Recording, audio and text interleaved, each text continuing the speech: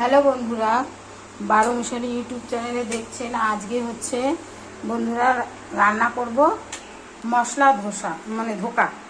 এই যে মশলা ধোকা রান্না করব, তার জন্য প্রথমে বন্ধুরা আমি একটা মিক্সিতে লাল লঙ্কার গুঁড়ো, জিরের গুঁড়ো, ধনের গুঁড়ো, কয়েকটা কাঁচা লঙ্কা আর হচ্ছে আদা, এটা মিক্সিতে ব্লেন্ড করব। আর ফোড়নে দেব গোটা জিরে, শুকনো লঙ্কা, লং, এলাচ, দারচিনি, একটা বড় এলাচ, এগুলো হচ্ছে ফোড়নে দেব। আর এটা কি করে বানাই বন্ধুরা সেটাই দেখাবো। বন্ধুরা কড়াইতে একটু তেল দিয়ে দিয়েছি। এখন হচ্ছে এই যে এই গ্লাসটা, এক গ্লাস জল দেবো। এই জলটা ফুটছে বন্ধুরা। এখন হচ্ছে এই যে মশলা ধোকাটা দিয়ে দেবো, দিয়ে নাড়বো। যদি লাগে জল তাহলে আর একটু দেবো। ভালো করে কন্টিনিউ ভালো করে এইভাবে নাড়তে হবে বন্ধুরা। ভালো করে এভাবে নেড়ে নেড়ে শক্ত হয়ে যাবে। তারপরে যদি মনে হয় আর একটু জল লাগবে তাহলে আর একটু জল দিতে হবে। তারপরে থালার মধ্যে একটু তেল মেখে ভালো করে এটাকে চেপে চেপে রেখে দিতে হবে। একটু ঠান্ডা হওয়ার আগে একটু চাকু দিয়ে কেটে পিস পিস করে নিতে হবে। আমি আবার সামান্য জল অ্যাড করলাম, অল্প লবণ অ্যাড করব আর একটু হলুদ অ্যাড করব, দিয়ে আবারও ভালো করে এটাকে নাড়বো, কারণ একদম বেশি শক্ত হয়ে গেলে ভালো হবে না। এই যে বন্ধুরা থালার মধ্যে খুন্তির সাহায্যে এরকম এরকম করে লেবেল করে সাইডগুলো, এটার মধ্যে কিন্তু আমি মিষ্টি দিইনি। আমি যখন আলু দিয়ে করবো বন্ধুরা তখন হচ্ছে মিষ্টি দেবো, একটু দিলে ভালো লাগবে। তাহলে এভাবে আপনারা করে নেবেন, নিয়ে হচ্ছে চাকু দিয়ে পিস পিস করে কেটে রেখে দিয়ে তারপরে এটাকে আবার তেল দিয়ে ভাজতে হবে। এই যে বন্ধুরা চারকোনাও করতে পারেন, বরফির মতনও করতে পারেন। একটু গরম গরম থাকলে ভালো হয়, কারণ শক্ত হয়ে গেলে যদি ভেঙে যায়। এই জন্য গরম গরম থাকতে এরকম পিস পিস পিস পিস করে রেখে দেবেন। ঠান্ডা হয়ে গেলে চাকু দিয়ে উঠিয়ে নেওয়া যাবে। দেখেছেন বন্ধুরা?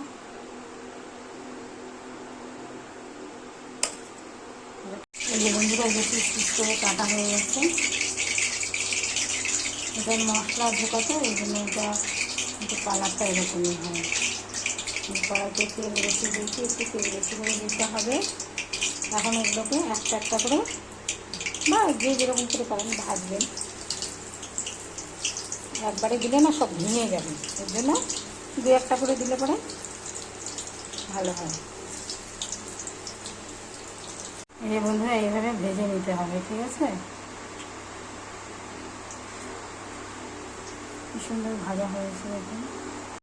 এই যে বন্ধুরা আমার ভাজাগুলো হয়ে গেছে। এখন কড়াইতে তেজপাতা দিয়েছি, দেবো হচ্ছে গোটা জিরা, কয়েকটা কাঁচা লঙ্কা, শুকনো লঙ্কা, লং, এলাচ, দারচিনি, এগুলো হচ্ছে ফোড়নে দেবো। দিয়ে আলুটাকে ভাজা ভাজা করবো, তারপরে মশলাটা দিয়ে কষাবো, কষানো করে জল দেবো। এই যে বন্ধুরা আলুগুলো এইভাবে ডুমো ডুমো করে কেটে নিয়েছি। এগুলো হচ্ছে যখন হচ্ছে আলুটা ভাজা করবেন বন্ধুরা, একটু হলুদ ছাড়া, হলুদ লবণ ছাড়া একটু কড়া করে ভাজা করে নেবেন। ভাজার সময় এই মশলাগুলো দিয়ে ফোড়ন দিয়ে আলুটা দিয়ে একটু ঢেকে রাখবেন। আলুটা ভেতরেও সেদ্ধ হবে আর হচ্ছে বেশ সুন্দর ভাজা হবে। দেখুন বন্ধুরা আমি কাছ থেকে দেখাই, আলুগুলো কিন্তু খুব সুন্দর ভাজা হচ্ছে। কারণ হচ্ছে হলুদ লবণ দিলে পরে না গলে যাবে, কিন্তু এটা এখন গলবে না। এরপরে আমি সমস্ত কিছু মশলার মধ্যে হলুদ লবণ সমস্ত ধরনের মশলা আমি একখানি পেস্ট করে রেখেছি, এগুলোর মধ্যে দিয়ে এটা টোটালটাই ঢেলে দেবো। এরপরে এটাকে কিছুক্ষণের জন্য কষাবো, কষানোর পরে এটাকে ঢাকা দিয়ে রাখবো। এর মধ্যে আমি লবণ, মিষ্টি টিষ্টি সব কিছু দিয়েছি বন্ধুরা, যা যা দেওয়ার দরকার। এই যে বন্ধুরা কষা কষা হচ্ছে, এটা আর একটু কষবে। কষানোর পর ঠান্ডা জল দেওয়া যাবে না বন্ধুরা, একটু কিছুর মধ্যে গরম জল করে, অল্প গরম জল দিয়ে তারপরে ফুটিয়ে তারপরে হচ্ছে এই মশলা ধোকাগুলো ছেড়ে দিতে হবে, ঠিক আছে? এই মশলা দিয়ে যে কষানোটা হবে বন্ধুরা, কি করে বুঝবেন?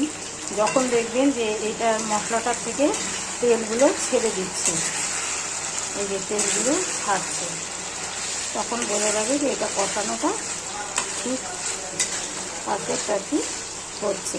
এটা সুন্দর করে না কষালে কিন্তু বন্ধুরা ভালো লাগে না খেতে। সুন্দর করে কষিয়ে অল্প জল, একদম তেলতেলা জল দেওয়া যাবে না, অল্প জল দিয়ে যাতে মশলার ঢোকাগুলো হচ্ছে একটু ঝোলের মধ্যে ডুবে থাকে, কিন্তু আবার সেগুলো যেন একটু পরে সেগুলো বেশ গাঢ় গাঢ় হয়ে যায়। আর নামানোর সময় কিন্তু বন্ধুরা অবশ্যই একটু ঘি দিতে হবে, আর সেই ঘিটা যেন ভালো ঘি হয়। ভালো ঘি না হলে কিন্তু বন্ধুরা তরকারিটা অতটা টেস্ট লাগবে না। আমি কিন্তু এর মধ্যে সমস্ত ধরনের মশলাগুলো বন্ধুরা অ্যাড করেছি। জিরার গুঁড়ো, পারলে জিরাটাকে বন্ধুরা একটু কড়াইতে মানে ফ্রাই করে নিয়ে মিক্সিতে ব্লেন্ড করে সেই মশলাটা যদি আবার পেস্ট করে দেওয়া যায় খুব খেতে ভালো লাগে, সেটা দেবেন।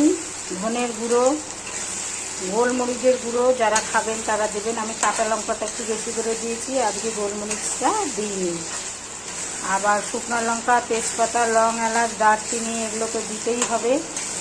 লবণ, হলুদ, মিষ্টি প্রত্যেকটা জিনিস বন্ধুরা পারফেক্টভাবে দিতে হবে, যাতে একবার বন্ধুরা খান এটা করে দেখবেন সবসময় করে খেতে ইচ্ছা করবে। সবসময় করে খাওয়াটা তো সম্ভব না, মাঝে মধ্যে নিরামিষের সময় আমি এটা নিরামিষভাবে, একদম নিরামিষ সেইভাবে করছি, পেঁয়াজ রসুন ছাড়া। এটার মধ্যে আমি গরম জল করে নিয়েছি বন্ধুরা, এই যে ঢেলে দিয়েছি। হ্যাঁ, এখন হচ্ছে আমি এইগুলো দেবো।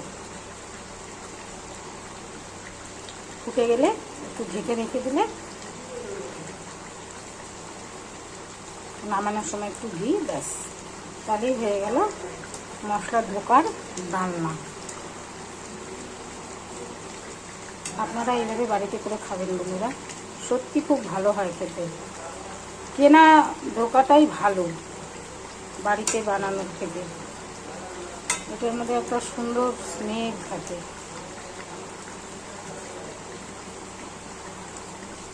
হিং তো থাকেই, কিন্তু তার সাথে অন্য অন্য অনেক ধরনের মশলা দেয়।